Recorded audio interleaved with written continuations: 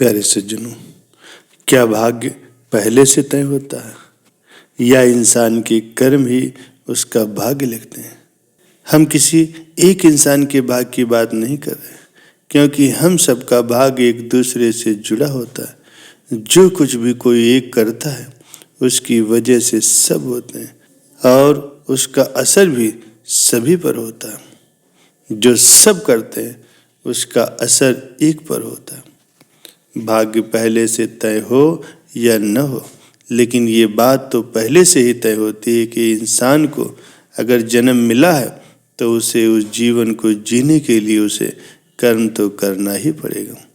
और ये भी तय है कि कर्म करोगे तो कर्म चाहे जैसे भी हो उनके अनुसार उसका फल भी मिलना तय है।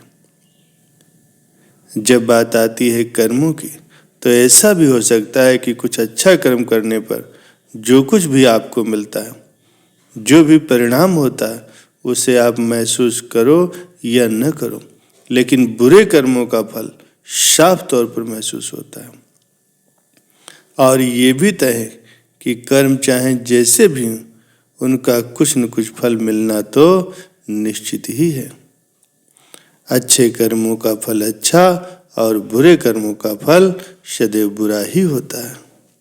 प्यारे सज्जनों, प्रत्येक व्यक्ति का भाग्य अलग अलग होता है और सब अपने अपने भाग्य का ही खाते हैं। एक आदमी ने पंडित जी से पूछा कि उसका भाग्य कैसा है और उसके भाग्य में कितना धन है। पंडित जी ने उसकी कुंडली देख करके बताया कि उसके भाग्य में रोज के 50 रुपये। वो आदमी बहुत खुश तो नहीं हुआ, लेकिन उसकी ज़रूरतें इतनी से ही पूरी हो जाती थी, इसलिए उसने ज़्यादा मलाल भी नहीं किया। एक दिन उसके एक मित्र ने कहा, मैं तुम्हारी सादगी और नेक विचारों को देखकर बहुत ही प्रभावित हुआ और अपनी बहन की शादी तुमसे करना चाहता हूँ। आदमी ने कहा, मेरी कमाई तो मात्र 50 रुपये रोज है। मित्र, इस बात का ध्यान रखना, तुम्हारी बहन को इसी कमाई में ही अपना जीवन यापन करना होगा। मित्र बोला, कोई बात नहीं, मुझे रिश्ता मंजूर है। इसके बाद उसकी शादी हो गई। अचानक ही अगले कुछ दिनों में उसकी आमदनी 300 रुपये प्रतिदिन हो गई। वो पंडित जी के पास गया और उसने कहा, पंडित जी, भगवान ने तो मेरे भाग्य में 50 रुपये लिखे थे, लेकिन मुझे 300 रुपये रोज की आमदनी हो रही। इस दफ़ा उस आदमी में थोड़ा सा अहंकार भी झलक रहा था। ये सुन करके पंडित जी थोड़ा मुस्कुराया और पूछा, क्या हाल ही में तुम्हारी किसी से सगाई हुई है? आदमी बोला, हाँ। तो पंडित जी बोले, ये बाकी के रुपए तुम्हें उसके भाग्य से मिल रहे हैं।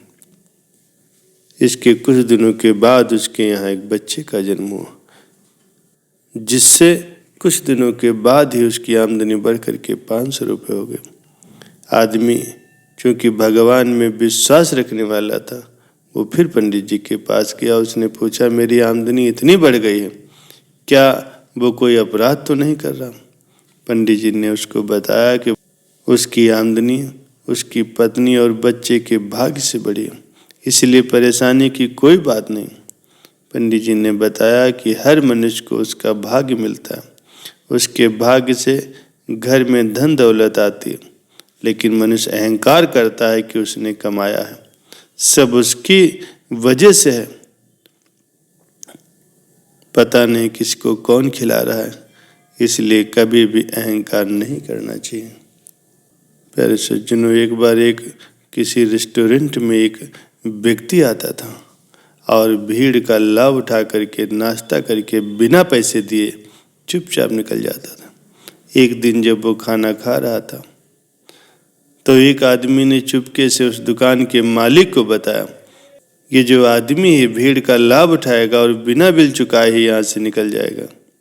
उसकी बात सुन करके वो रेस्टोरेंट के मालिक ने मुस्कुराते हुए कहा, उसे बिना कुछ कहे जाने दो, हम इसके बारे में बाद में बात करेंगे। हमेशा की तरह ही उस आदमी ने नाश्ता किया, इधर उधर देखा और भीड़ का लाभ उठा करके चुपचाप चला गया। उसके जाने के बाद उस आदमी ने रेस्टोरेंट के मालिक से पूछा, मुझे बताओ कि आपने उस व्यक्ति को क्यों जाने दिया? उस रेस्टोरेंट के मालिक ने जवाब दिया, आप अकेले नहीं हो, कई लोगों ने उसे देखा और मुझे उसके बारे में बताया। वो रेस्टोरेंट के सामने बैठता है और जब देखता है कि भीड़ बढ़ गई है तो वो चुपके से आता है और खाना खा करके निकल लेता है। मैंने उसको हमेशा ही नज़रअंदाज किया और कभी भी उसे रोका नहीं, उसे कभी भी पकड़ा नहीं और न ही कभी उसका अपमान करने की कोशिश की, क्योंकि मुझे लगता है कि मेरी दुकान में भीड़ इस भाई की प्रार्थना की वजह से ही होती है।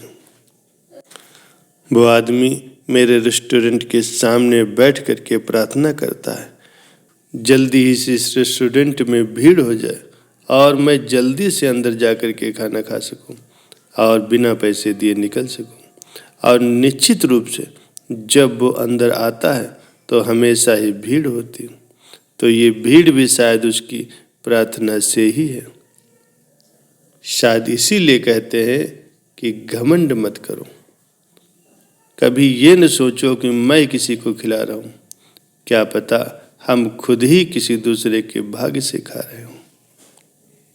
प्यारे सज्जनों, क्या हमारा भाग्य पूर्व निर्धारित होता है? हमारे कर्म क्या हमारे भाग्य को प्रभावित कर सकते हैं? मनुष्य के प्रत्येक कर्म का उसे फल मिलता है, कुछ का फल तुरंत मिलता है और कुछ का बाद में मिलता है। कभी कभी आदमी उस जन्म में उस फल को नहीं पाता। जैसे मान लिया किसी व्यक्ति ने किसी का धन ठग लिया और वो मर गया, तो उसका फल उसने नहीं पाया और यही बचे हुए कर्म फल आगे उसका भाग्य बन करके आते हैं। परमात्मा किसी का भाग्य अच्छा या किसी का बुरा नहीं बनाता, ये बस हमारे कर्मों का ही फल हमें देते हैं। वर्तमान समय में किया गया शुभ कर्म हमारे बुरे भाग्य के प्रभाव को कम कर देता है और कभी कभी शुभ कर्म से बुरा भाग्य कुछ समय के लिए टल भी जाता है, और यदि अच्छा भाग्य होने पर भी वर्तमान में बुरे कर्म के कारण वो निष्प्रभावी भी हो जाता है। प्यारे सज्जनों, इसलिए अपने कर्तव्यों का सही प्रकार से निर्वहन करते हुए सदैव प्रभु की भक्ति की तरफ अपना ध्यान बनाएं और सदैव अच्छे कर्म करें, जिससे आपका बुरा प्रारब्ध या बुरा भाग्य आप पर हावी नहीं होगा और आप सदैव सुख शांति से अपना जीवन व्यतीत करेंगे।